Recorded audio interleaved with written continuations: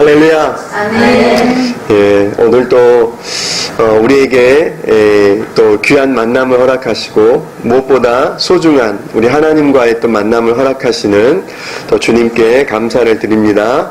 오늘의 예배 가운데 우리 하나님께서 사모하는 영혼에게 풍족한 은혜로 채워주시는 예배가 되어질 수 있기를 주님의 이름으로 다시 한번 축복합니다.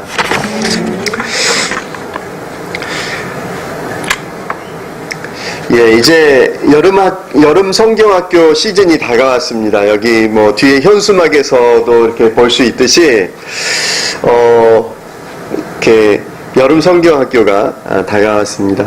여름 성경학교 시즌이 다가올 때마다 느끼는 게 있습니다. 어떤 거냐면, 이제 여름 성경학교를 준비하면서 가장 먼저 하는 작업이 뭐냐면, 이제 찬양 율동 이렇게 먼저 배우잖아요. 그래서 새로운 그 찬양 율동은 어떤 곡이 있을까 막 하면서 이렇게 저희가 이제 보고 배우고 이제 연습하는 시간들을 갖습니다. 그런데 항상 이제 어떤 어디 파이디온 거 아니면 어린이 전도협회 거 이렇게 교재를 살 때마다 거기에 보면서 사람들의 외모를 우리가 보더라라는 것입니다. 보면서 어느 때는 아니 분위기가 좋다가 왜 저 아이가 저기에 끼었지? 그런 거.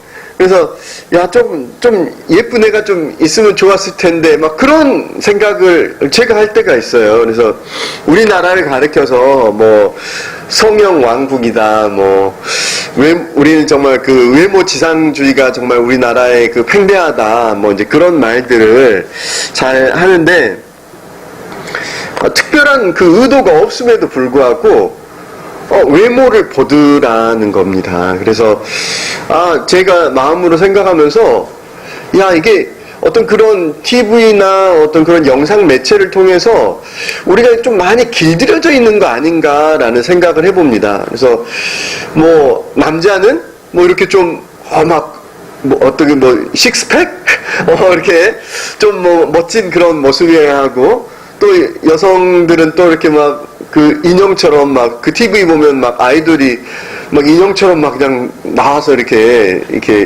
춤을 추고 그러잖아요. 하여튼 이제 그런 부분들에 우리가 너무나 많은 노출이 되어져서 그런지 모르겠지만 참 외모를 많이 이렇게 보고 판단하는 그런 모습이 우리 안에 있구나라는 거를 저만 그렇습니까? 예. 가끔 은혜랑 희건이도 이렇게 같이 이제 여름 성경학교 이제 동영상을 이제 찬양 율동 이런 동영상을 같이 보잖아요. 그러면 내뜸 한다는 말이 못생겼다. 못생겼다 그래요. 그래서 특별히 걔들한테 이렇게 가르쳐 준 건 아닌데 아이들이 어떤 이제 그런 부분들도 굉장히 이렇게 익숙하고 참 이렇게 너무나 이렇게 잘 노출되지만 그래서 좀 아이들에게 이렇게 어떤 보여주는 것이나 그런 것들을 좀 조심해야 되겠구나라는 생각도 해보게 됩니다. 이제 우스갯소리지만 주님께서 배꼽티를 좋아하신대요. 왜 그런지 아세요?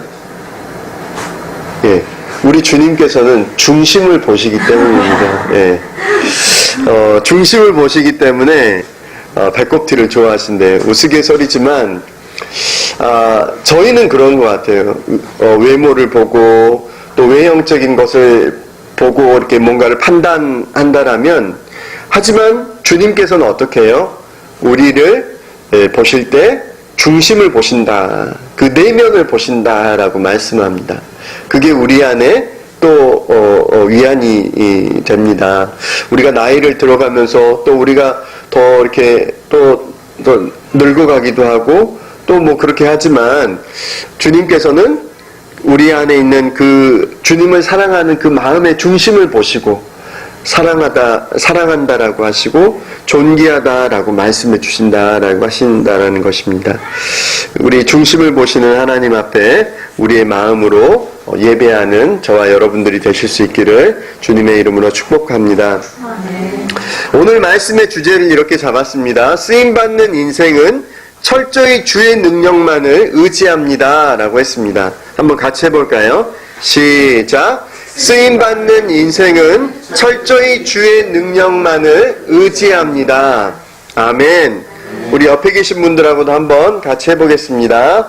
자, 시작. 쓰임받는 인생은 철저히 주의 능력만을 의지합니다. 예, 우리 옆에 계신 분에게 우리 주의 능력만을 의지합시다 하고 손 한번 꽉 잡아주세요. 예, 우리 주의 능력만을 의지합시다. 아멘. 예, 우리가 이제 그 사사기를 보게 되면 이제 사사기의 특징은 바로 사사기의 시대는 이제 그 여호수아가 이제 가나안 땅을 정복하고 나서 그 이후에 왕정 시대로 접어들기 이 사이 시대가 우리가 사사 시대잖아요. 그런데 이 사사 시대는 영적인 암흑기다라고 우리가 이야기들을 합니다. 우리가 이제 룻기도 뭐 사사 시대에 뭐 기록된 것이기도 하지만 우리가 이제 사사기 시대의 특징을 본다라면 이제 그렇게 돼 있죠.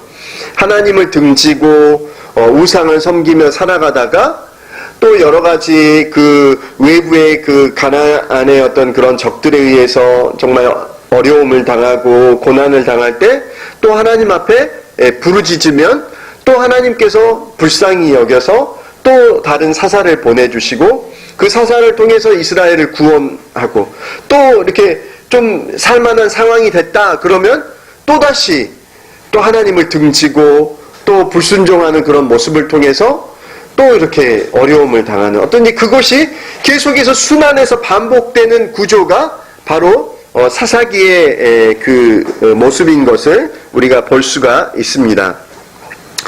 우리가 이제 사사기 중에서도 여러 가지 우리가 잘 아는 인물들이 있지만 우리가 가장 좀 잘 아는 인물 중에 한 사람이 삼손이 아닐까라는 생각을 해봅니다. 삼손은 출생에서부터 뭐 여러 가지 사연이 있었는데 삼손이 그 마노아라고 하는 그 이제 부모님 이제 아버지 밑에서 이제 그 태어나게 되는데 원래 아내가 자녀를 생산할 수 없는 그러한 상황이었는데 주님의 천사가 이제 이제 자녀가 태어날 수 있도록 이렇게 이제 도와주는 것을 볼 수가 있습니다. 태어날 때부터 하나님의 은혜로 태어난 사람이 바로 삼손이었습니다. 그래서 나실인이다 라고 이렇게 이야기합니다. 하나님께 구별된 하나님의 백성이다 라고 해서 세 가지 이거는 주의해라 라고 했던 세 가지가 있었습니다. 뭐였습니까? 독주, 포도주나 독주를 이렇게 멀리해라. 또 뭐가 있었습니까? 죽은 거, 시체를 가까이 하지 말아라. 또 세 번째는 머리를 깎지 마라. 그러니까 그 면도 칼을 그 삭도를 대지 마라라고 이제 이야기하는 것을 볼 수가 있었습니다.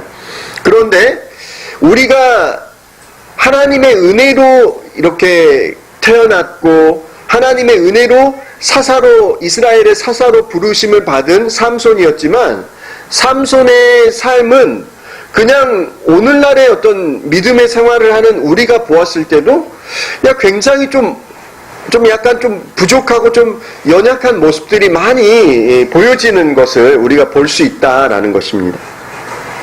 삼손 안에 연약한 모습들은 무엇이었습니까?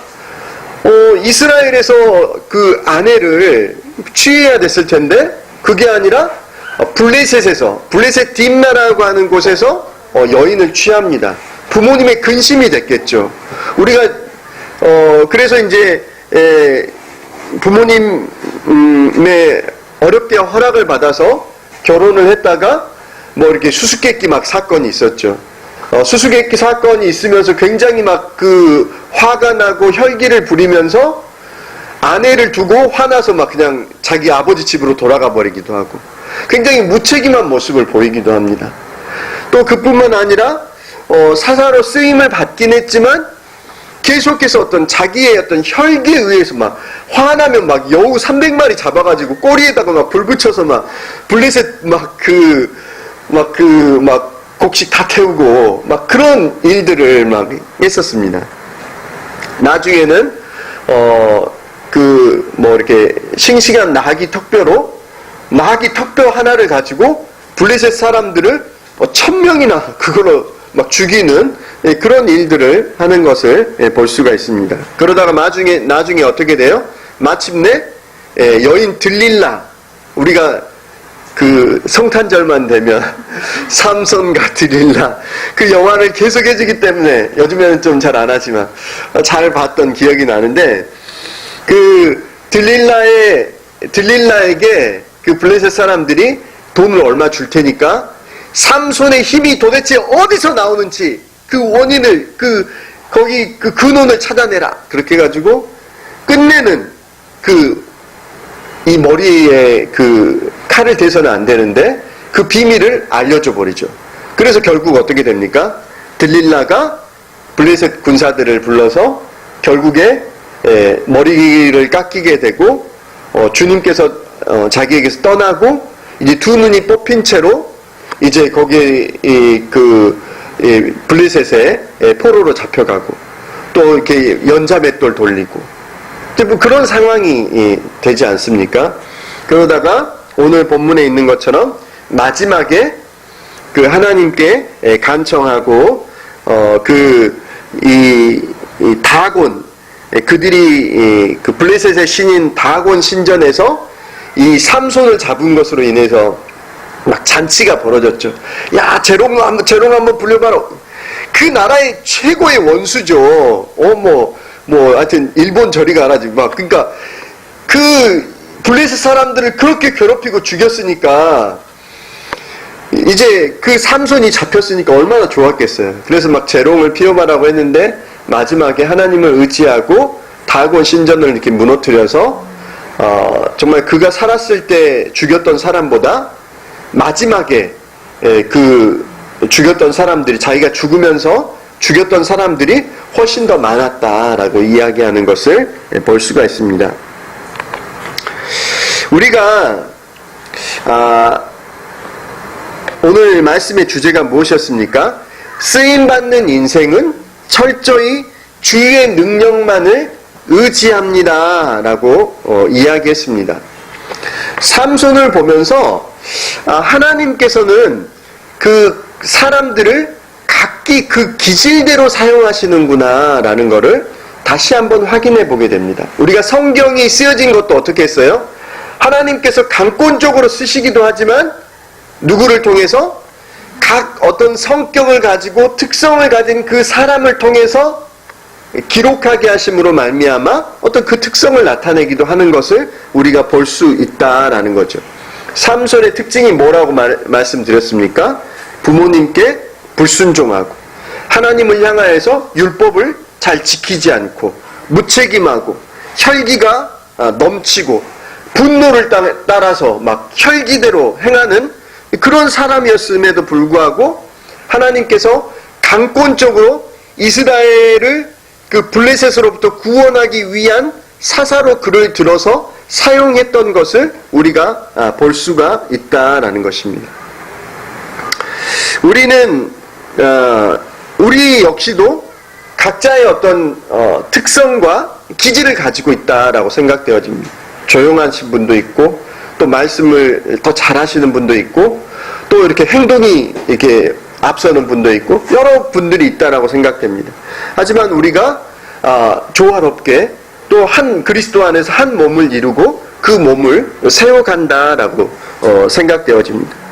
우리가 어떻게 하면 우리의 인생을 낭비하거나 허비하는 인생이 아니라 주님이 우리를 붙들어서 사용하시는 그런 인생을 우리가 살아갈 수 있겠느냐라는 것입니다. 그것을 위해서 우리가 기억해야 하는 것은 우리는 주님께 쓰임받기를 먼저 소원해야 한다라는 것입니다. 최근 들어서 또 국정원 사건이나 또 NLL 사건이나 또 나라의 여러 가지 그 이야기들이 있었지만 또 하나 또 큰 이슈거리가 되었던 거는 아마 기성용 선수의 비밀 그 계정의 그 SNS 그 사건이었을 것이다라고 생각됩니다. 젊은 혈기가 넘치는 선수고 또 뭔가 자신이 생각했던 거하고 좀 다르는 부분들이 또 감독하고 부딪히는 부분들도 있었겠죠. 근데 이제 비밀 계정에다 했던 거를 그냥 비밀로 뒀으면 좋았을 텐데 굳이 또 그거를 또 대서특필해서 또 결혼 막 한 사람인데 참 인생의 참 어려움 가운데 어떤 그 연단의 과정을 겪는 모습을 볼 수가 있었습니다. 국가대표 감독을 향해서 투덜거렸고 또 국가대표 선수로서의 위신을 떨어뜨렸다라고 하는 그것 때문에 저 사람은 국가대표로 뽑아서는 안 된다라고 하는 그런 지탄과 그런 막 책망이 쏟아져 나왔던 것을 볼 수가 있습니다. 실력 있는 선수를 써야 되느냐 아니면 사람 됨됨이가 된 인격이 되는 선수를 써야 될 것이냐 뭐 말들이 많았습니다. 누가 국가대표 선수가 될 수 있는가? 결국에는 이제 기성용 선수가 사과를 했고 그거를 이제 축구협회에서 이렇게 받아들여서 어느 정도 그냥 그 사과를 받아들이고 엄중 경고하는 걸로 해서 이제 일단락이 됐지만 안타까웠던 것은 그거였습니다. 기성용 선수가 자신을 뭐라고 부르냐면 자신은 스포츠 선교사가 되고 싶다라고 이렇게 이야기를 하고 다녔습니다. 근데 자기는 축복의 통로가 되고 싶다라고 이야기했는데 물론 그 마음이 거짓은 아니다라고 생각합니다. 그런데 자신이 이렇게 성품이 훈련되어지지 않으니까 하나님께서 쓰시기에는 너무 좀 곤란한 부분들이 있더라라는 것입니다. 삼손의 경우에 사사기 14장 4절에 보니까 이제 삼손이 이방 여인을 블레셋 여인을 딥나에서 그냥 한 번 보고 나서 마음에 들어서 결혼하겠다라고 그 부모에게 막 조를 때 주님께서 어떤 의도를 가지고 계셨다라고 이야기합니까? 주님께서 블레셋 사람을 치실 계기를 삼으려고 하신 것인데 이 일을 부모님은 알지 못했다라고 이야기합니다. 삼손의 연약함까지라도 들어서 이스라엘을 구원하시는데 사용하시는 하나님의 모습을 우리가 살펴볼 수 있다라는 것입니다. 우리가 이제 기성용 선수의 그 사건을 보면서 그런 생각을 해봤습니다. 국가대표 선수다라고 하는 것에 대한 자질 여러 가지 이야기들이 나왔었는데 우리는 무엇을 생각해야 될까? 우리는 국가대표 선수는 아니잖아요. 우리는 주님 나라를 대표하는 선수다라는 마음을 가져야겠다라는 생각을 했습니다. 어디 대표요? 우리는 주님 나라를 대표하는 사람들이다. 기성용 선수에게 가장 큰 치명타는 뭐였을까요? 너 멕시코에서 열리는 월드컵 출전 못해 1년간 출전 정지시킬 거야? 그러면 어떻게 되는 거예요? 최고의 치명타가 될 수 있는 거죠. 근데 왜 이게 치명타가 될까요? 기성용 선수에게 돈이 없습니까? 돈 있죠. 프리미어리그에 가서 돈 많이 벌었잖아요. 그러면 아름다운 아내가 없습니까? 아내도 우리나라에서 최고의 미녀와 결혼을 했잖아요. 돈도 있어. 최고의 미녀와 결혼도 했어. 부족한 것이 없어요. 부러울 게 뭐가 있겠어요. 하지만 그럼에도 불구하고 국가대표 선수는 어느 때 그 가치를 발견할 수 있는 거예요. 국가대표 선수로 나가서 자신의 기량과 실력을 통해서 나라를 위해서 귀하게 쓰임 받을 때 어때요? 정말 가치 있고 소중한 거잖아요. 정말로 아니 뭐 까짓것 야 나 우리나라 안 들어와, 외국에서 그냥 돈 많은 거 가지고 그냥 살아, 그렇게 할 수도 있겠죠. 하지만 그것보다 그 쓰임 받는 것이 너무나도 소중했다라는 것이죠. 그런 것처럼 우리 역시도 마찬가지입니다. 우리가 세상에 천국을 보여줘야 할 책임이 누구에게 있어요? 하나님을 알지 못하는 영혼들에게 하나님을 보여줘야 할 책임이 누구에게 있다라는 거예요? 바로 우리에게 있다라는 거예요. 그러면 그 주님 나라 대표로 우리를 불러주셨다라는 거예요.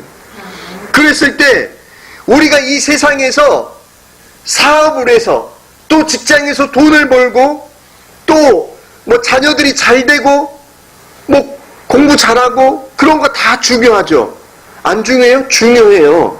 그런데 그것보다 더 중요한 게 뭐라는 거예요? 사업이 잘 되고 직장에서 잘 나가고 자녀들이 잘 되고 뭐 그런 것들도 중요하지만 그것보다 더 중요한 게 뭐라는 거예요? 우리는 주님 나라를 위해서 쓰임 받을 때 우리 인생이 가치 있고 우리 인생이 빛나게 된다라는 것입니다. 국가대표 선수가 그 나라를 위해서 기여하고 그 열심히 뛸 때 그 가치가 있는 것처럼 우리 하나님의 나라의 백성들은 주님 나라를 위해서 열심히 뛰고 그 나라를 선전하고 광고하고 알리는 일을 할 때에 우리 인생에 가치가 있다라는 거. 베드로전서 2장 9절에 너희는 택한 족속이요 왕같은 제사장이요 거룩한 그 백성이요 그의 소유된 그 백성이니 이는 너희를 어두운 데서 불러내서 그의 기이한 빛에 들어가게 하신 자의 아름다운 덕을 선전하게 하려 하심이라 라고 말씀하고 있어요. 우리를 왕같은 제사장 삼아주신 거, 거룩한 나라 하나님의 그 소유된 백성 삼아주신 이유가 어디에 있다라는 거예요? 그 주님의 영광을 드러내기 위한데 그 목적이 있다라는 거죠. 인생에 여러 가지 낙이 있다라고 하지만 우리는 세상의 인정보다 하나님의 인정을 받을 때 진정으로 우리의 인생의 가치, 의미를 발견하는 인생이 바로 우리들이다라는 것입니다. 여름 성경학교가 이제 다가옵니다. 제가 전에도 말씀드렸습니다. 어떤 분이 이제 얼마 믿지 않으신 분이 여름 성경학교 때 봉사를 하시겠다는 거. 목사님이 이렇게 놀랬어요. 뭐 이렇게 특별히 봉사할 게 없는데 이제 뭐 말씀도 잘 모르고 그런 분이 뭘 하실까 그랬는데 여름 성경학교 때 이분이 봉사하셨던 건 뭐냐면 아이들이 많으니까 주전자에다가 아이들을 물 따라주는 그 일을 하셨다고 합니다.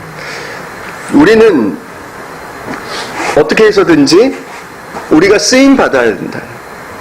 그때 우리의 인생의 가치가 있는 거예요. 바라고 소망하는 것은 주님 나라 대표로 또 주님의 나라를 위해서 소중하고 가치 있게 쓰임받는 저와 여러분들이 되실 수 있기를 주님의 이름으로 축복합니다.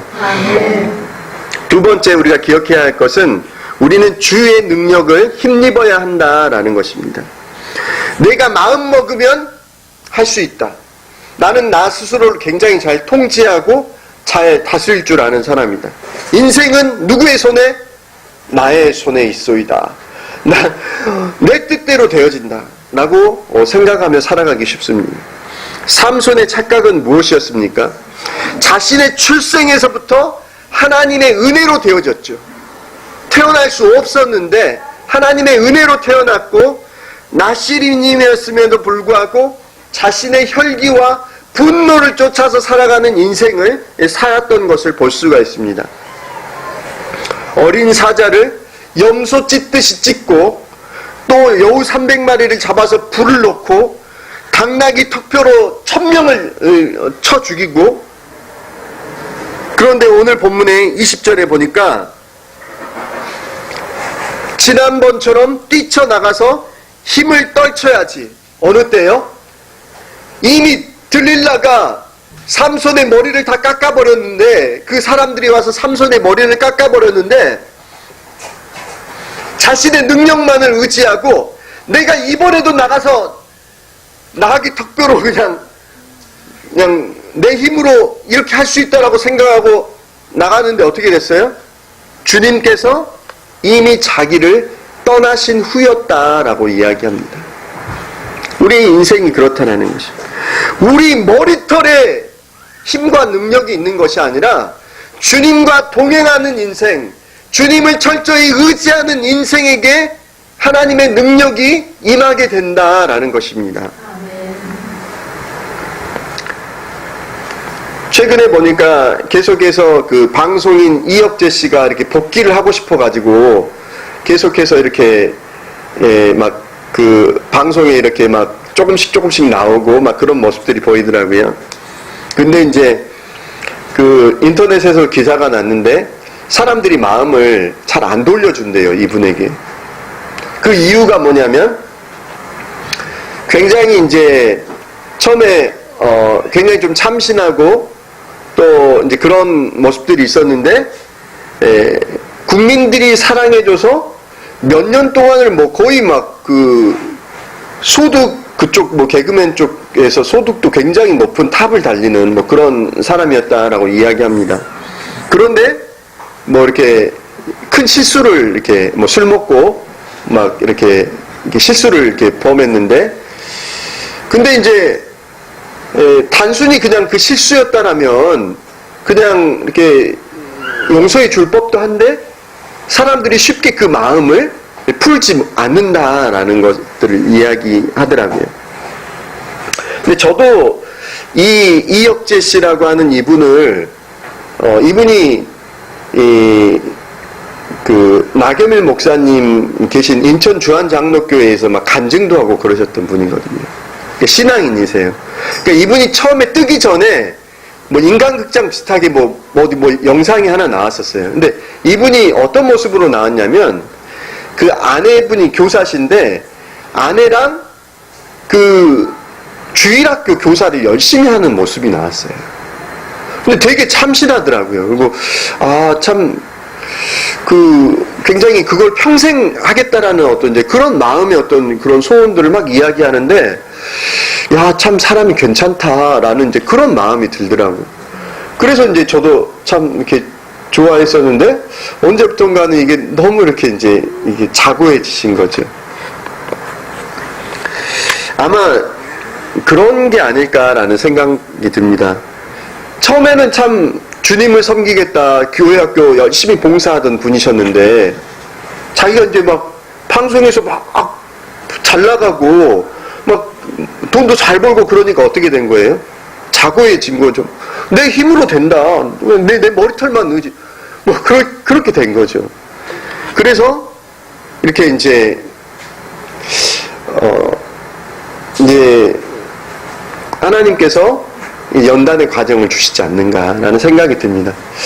아마 하나님께서 언제 이분을 복귀시키실지는 모르겠지만 적어도 이분이 하나님 앞에서 겸손하게 자기를 낮출 때 아마 그때 기회를 주시지 않을까. 그 첫사랑과 그 첫 마음을 회복할 때 그렇게 해주시지 않을까라는 그런 생각을 해봅니다. 우리는 연약해서 하나님이 은혜를 베풀어 주셔서 우리가 그 자리에 서고, 하나님께서 은혜를 베풀어 주셔서 그 계획들이 형통하게 되어지는 것을 까맣게 잊어버리고 우리 힘과 능력을 의지하면서 자고해질 수 있다라는 것입니다. 그런데 오늘 본문의 22절에 보니까, 그러나 깎였던 그의 머리털이 다시 자라기 시작하였다라고 이야기합니다. 무엇을 이야기합니까? 하나님의 그 긍휼하심을 이야기합니다. 우리 인생이 마찬가지다.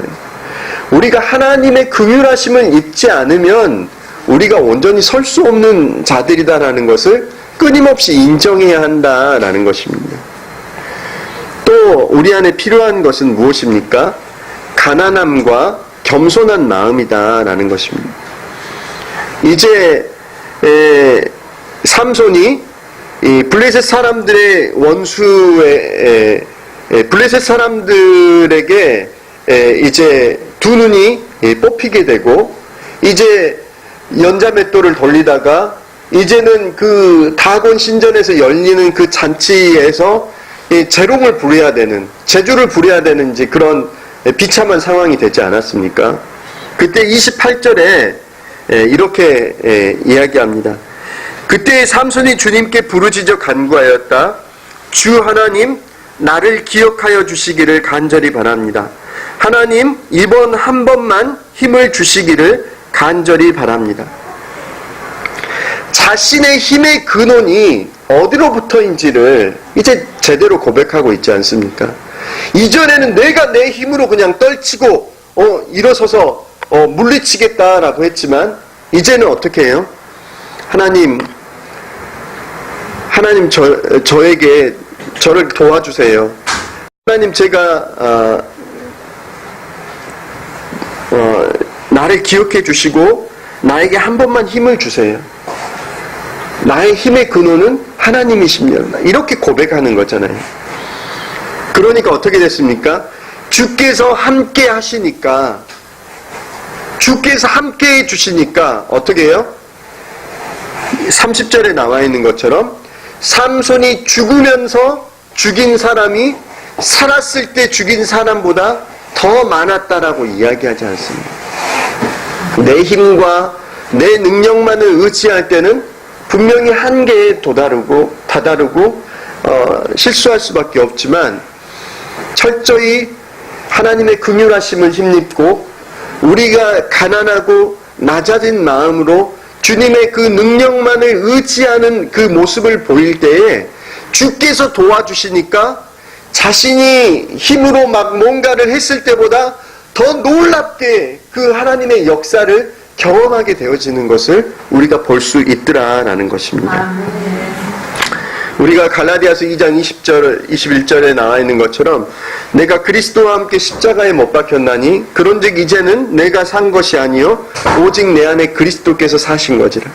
내가 이제 육체 가운데 사는 것을, 이전에는 내가 주인이 되어서 살았었지만, 이전에는 내 능력대로 살았었지만, 이제는 나를 사랑하사 나를 위해서 자기 몸을 버리신 하나님의 아들을 믿는 믿음 안에서 살아간다라고 하는 그 고백, 그 고백이 바로 저와 여러분의 고백이 되어져야 할 줄로 믿습니다. 철저히 하나님의 능력을 의지하고 무릎 꿇는 인생, 내 힘으로 안 됩니다. 뭔가 계획들이 잘 되어지는 것 같지만 그럼에도 불구하고 내가 주님을 의지합니다. 주님을 의뢰합니다. 주님께 묻습니다. 주님 도우심을 간구합니다. 겸손히 나아갈 때에 내가 계획한 것보다, 내가 소원하는 것보다 더 높게 그 일들 이루 가시는 하나님의 은혜를 경험하게 될 줄로 믿습니다. 기도하겠습니다.